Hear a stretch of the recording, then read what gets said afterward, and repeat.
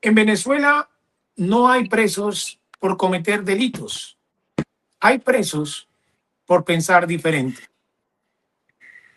Hoy cientos de presos políticos siguen tras las rejas, mientras el país y la comunidad internacional miran hacia otro lado. Desde las cárceles el clamor es claro: una amnistía real y el cierre de centros de reclusión denunciados por tortura y tratos inhumanos, como algunos de los más grandes que operan en Caracas. La pregunta es, ¿qué puede pasar si nadie les presta atención? ¿Se normaliza el encarcelamiento político como forma de control social? Para hablar de esta realidad, hoy nos acompaña Kelvin Zambrano. Él es abogado de derechos humanos y director de la Coalición para los Derechos Humanos y la Democracia. Kelvin ha documentado, defendido y acompañado a presos políticos y a sus familias y conoce desde adentro cómo opera el sistema de persecución judicial en Venezuela. Bienvenido, Kelvin, y gracias por atendernos. Hola, Wilson, gracias a ti y a todo tu equipo. Bueno, Kelvin, ¿a hoy cuántos presos políticos hay realmente en Venezuela? ¿Y por qué las cifras oficiales no coinciden con las que tienen las ONGs? Fíjate, sería irresponsable darte una cifra y precisamente lo que nosotros hemos expresado desde la coalición es que tenemos que hacer una revisión de el estado y la situación de las personas privadas de libertad en Venezuela, incluso por cualquier motivo, debido a que muchos de los que están privados de libertad hoy en día en Venezuela no han querido dar información de casos que son producto de la persecución política por temor a represalias. Incluso los mismos jueces y los mismos funcionarios del sistema de justicia venezolano, específicamente del sistema de los tribunales de terrorismo venezolanos, donde son juzgados los presos políticos, les indican a muchos de los privados de libertad que no den información del caso, que no reporten el caso ante las organizaciones no gubernamentales, porque podrían complicar su proceso judicial. Entonces, yo creo que la cifra puede ser una cifra mucho más amplia de 1.000 presos políticos. Y esto porque hay que primero establecer qué es un preso político, cuáles son los criterios para la identificación de una persona privada de libertad por motivos políticos. Nosotros manejamos un criterio muy claro que son 4 criterios que permiten identificar, desde luego, estudiando y poder profundizar en los casos para decir esta persona es una persona privada de libertad por motivos políticos. Entonces, esta cifra en la que el gobierno, quienes controlan el poder, mejor dicho, en Venezuela, no coincide con la de las organizaciones no gubernamentales, es precisamente porque el criterio de quienes controlan el poder en Venezuela es muy distinto al que podamos tener las organizaciones no gubernamentales en cuanto a la identificación de las personas privadas de libertad por estos motivos. Kelvin, tú eres abogado que has analizado mucho este tema de derechos humanos. Ante la Corte, Nicolás Maduro dijo una palabra clave que inclusive le podría significar la libertad, que dijo: soy preso político, pidiendo garantías. ¿Esas mismas garantías se las están dando a los presos políticos que están en Venezuela, las que él ahora está pidiendo en Estados Unidos? En lo absoluto, nosotros tenemos muchísimos años a través de los informes que hemos presentado. De hecho, el informe más reciente que presentamos de nuestra organización fue un informe sobre persecución transnacional en el que identificamos patrones de persecución de activistas políticos más allá de las fronteras venezolanas, es decir, el aparato represivo logrando traspasar las fronteras territoriales para la persecución de la disidencia en el exterior. Esto te lo ilustro como para que tengamos una idea del monstruo represivo que existe en Venezuela y que el Estado nunca ha garantizado derechos fundamentales como, por ejemplo, algo alarmante, la atención médica oportuna y adecuada. En Venezuela se le priva del derecho a la salud a los privados de libertad por motivos políticos.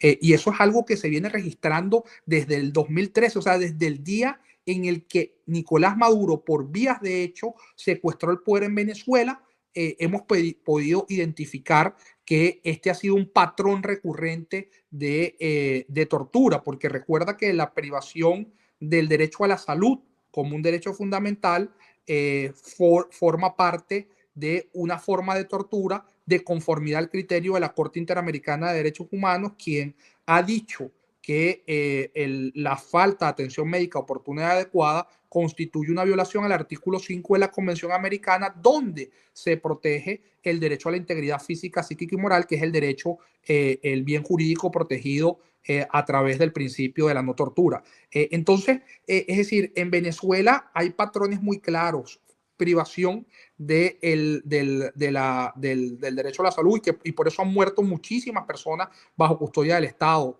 torturas, actos crueles, degradantes, inhumanos, aislamiento e incomunicación. Wilson, en este momento, en este preciso instante, en Venezuela hay personas que están privadas de libertad y tienen un año, más de un año, incomunicadas, más de un año sin poder ver a sus familiares. Y hemos presentado denuncias ante la Comisión Interamericana de Derechos Humanos, le han otorgado medidas cautelares, hemos presentado el caso ante instancias internacionales y el Estado venezolano no adopta las recomendaciones que estos organismos a solicitud de nosotros han hecho para que se pueda garantizar derechos fundamentales. Cuando cayó el régimen en Siria, lo primero que se vio fue esos centros de reclusión donde había torturas. ¿Qué podrían encontrar en estos centros de reclusión en Caracas o en otras ciudades de Venezuela? Fíjate, yo creo que vamos a empezar a encontrarnos con el inicio de una situación que supera la ficción cinematográfica, que supera la ficción literaria, y solamente lo que nosotros vemos es la pequeña base del iceberg. O sea, esto es mucho más profundo, más delicado, porque cuando nosotros, lamentablemente yo me encuentro en el exilio, cuando nosotros hablábamos con nuestros defendidos que se encuentran privados de libertad, nos relataban las torturas de manera con mucho temor, porque es que si se enteraba el cuerpo de seguridad de lo que estaba informándonos a nosotros, eran nuevamente torturados. Y creo que vamos incluso a estar a las puertas de percatarnos de personas que han estado privadas por años en Venezuela sin que tengan registro de nada, sin que los familiares puedan verlo, y que solamente nos enteraremos cuando se puedan abrir estos centros de tortura que fueron creados, y esto es muy importante resaltarlo, Wilson, que fueron diseñados desde el poder político y desde el poder ejecutivo, porque así como lo ha dicho la misión de determinación de hechos el septiembre del año 2020, en Venezuela existe una estructura represiva y creada para torturar y silenciar a la disidencia venezolana, dirigida por Nicolás Maduro, de la misma manera como lo identificó la misión de determinación de hechos. O sea, identificó a Nicolás Maduro y a varios dirigentes políticos venezolanos como autores intelectuales de esta estructura represiva. Y estos centros de tortura podrían estar referenciados dentro del acompañamiento de Cuba, de su forma de adoctrinar de alguna manera a los venezolanos y sobre todo al régimen. Sí, es que, a ver, a las pruebas me remito. Fue un hecho público, notorio y comunicacional que el grupo de escoltas que tenía Nicolás Maduro era preponderantemente cubano. Y a ver, y yo te digo algo, no solamente es cubano, en Venezuela no solamente los asesores para el diseño de esta estructura institucional son exclusivamente cubanos, son rusos, son iraníes, son alemanes de aquellos rastros que dejó por ahí la Alemania, la historia autoritaria de Alemania. Es decir, es todo un aparataje y toda una estructura internacional, de carácter internacional, que se dedica al asesoramiento de estos regímenes de vocación autoritaria y repite esquemas que han sido efectivos para el control de la sociedad, para el control político de la sociedad mediante el miedo. Y la tortura, sin duda alguna, es un instrumento, una herramienta para generar miedo en la población. Nosotros lo hemos denunciado en audiencias ante la Comisión Interamericana de Derechos Humanos. El Estado no solamente tortura, sino que además el Estado le conviene dar a conocer cómo tortura, de qué manera lo hace, cuáles son las prácticas, a efectos de poder generar en la población un temor fundado para que la población se inhiba, se autocensure y diga, bueno, yo no quiero correr la misma suerte de esta persona y entonces yo prefiero no ejercer mis derechos civiles y políticos. Entonces, sin duda alguna, todo este diseño institucional ha sido creado por un gran asesoramiento extranjero. Y además a nosotros nos los han referido algunos de los presos políticos que sí en sus actos de tortura habían agentes extranjeros presenciando estos actos o ejecutando estos actos en algunos momentos como autores materiales y en otros momentos como autores intelectuales.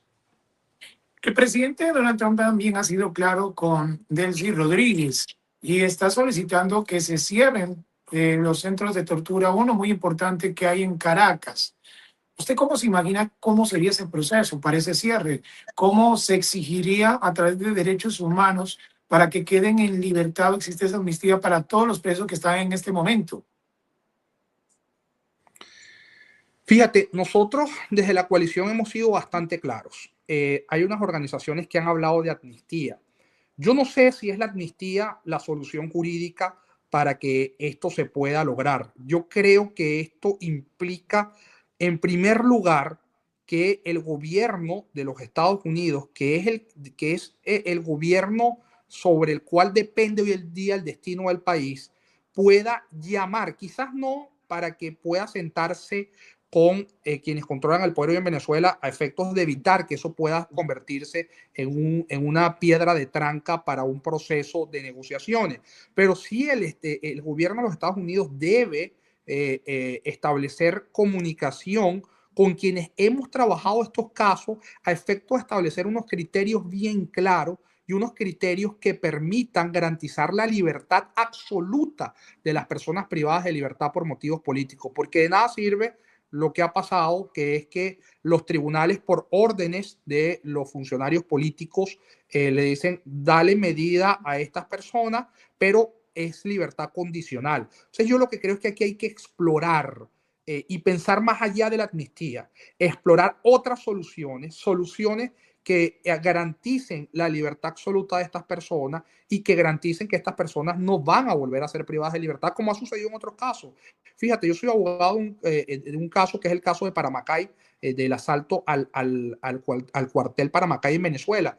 Y desde el año 2017 nosotros logramos que el sistema de justicia penal militar otorgara unas medidas sustitutivas a unos privados de libertad, o sea, que le diera libertad condicional, se les dio libertad condicional, ellos seguían el proceso en libertad y apenas hace unos meses, hace un mes exactamente, les revocaron las medidas y están otra vez privados de libertad, personas que son de la tercera edad, que tienen 63 años, que tienen patologías que colocan en riesgo su vida. Entonces, pues hay que buscar mecanismos que permitan garantizar esto, pero para que esto suceda, debe el gobierno americano entender que no va a poder comprender la dimensión de toda esta situación si no cuenta con personas que hemos trabajado o que hemos hecho aportes importantes para la solución de estos casos, ¿no? Y algo más que creo que es importante, yo veo muy difícil, creo que va a ser un tema complejo, el gobierno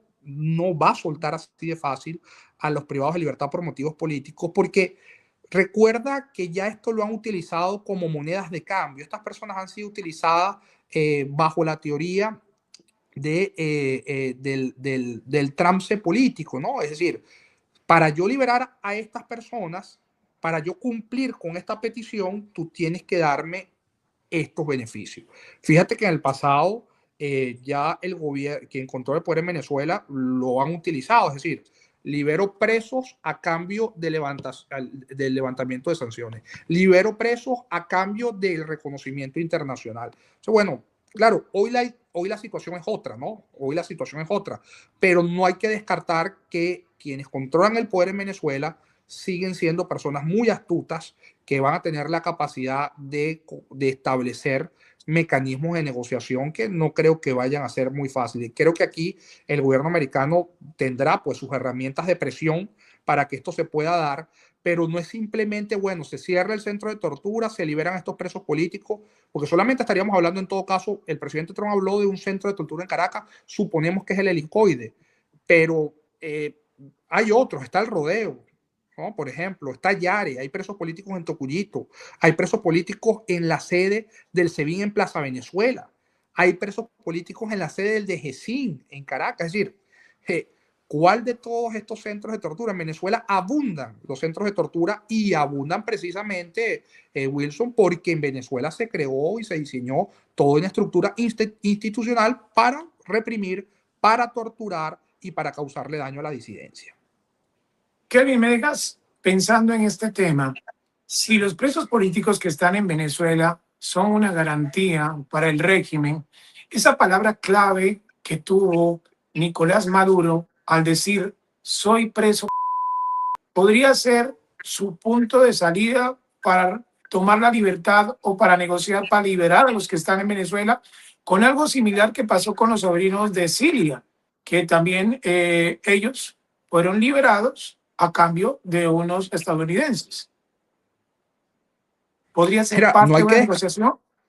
no hay que descartar nada. A ver, no es que podría ser parte de una negociación. Hay que dejar claro que ellos están negociando, que ellos están colocando sus cartas sobre la mesa para tratar de que Nicolás Maduro lo logren liberar. Y fíjate que ellos han sido, a ver, lamentablemente hay que decirlo, o sea, son personas que han sido efectivas, tienen una capacidad de sobrevivir a las situaciones más difíciles, lograron la libertad de Alep Saad, lograron la libertad de los narcosobrinos.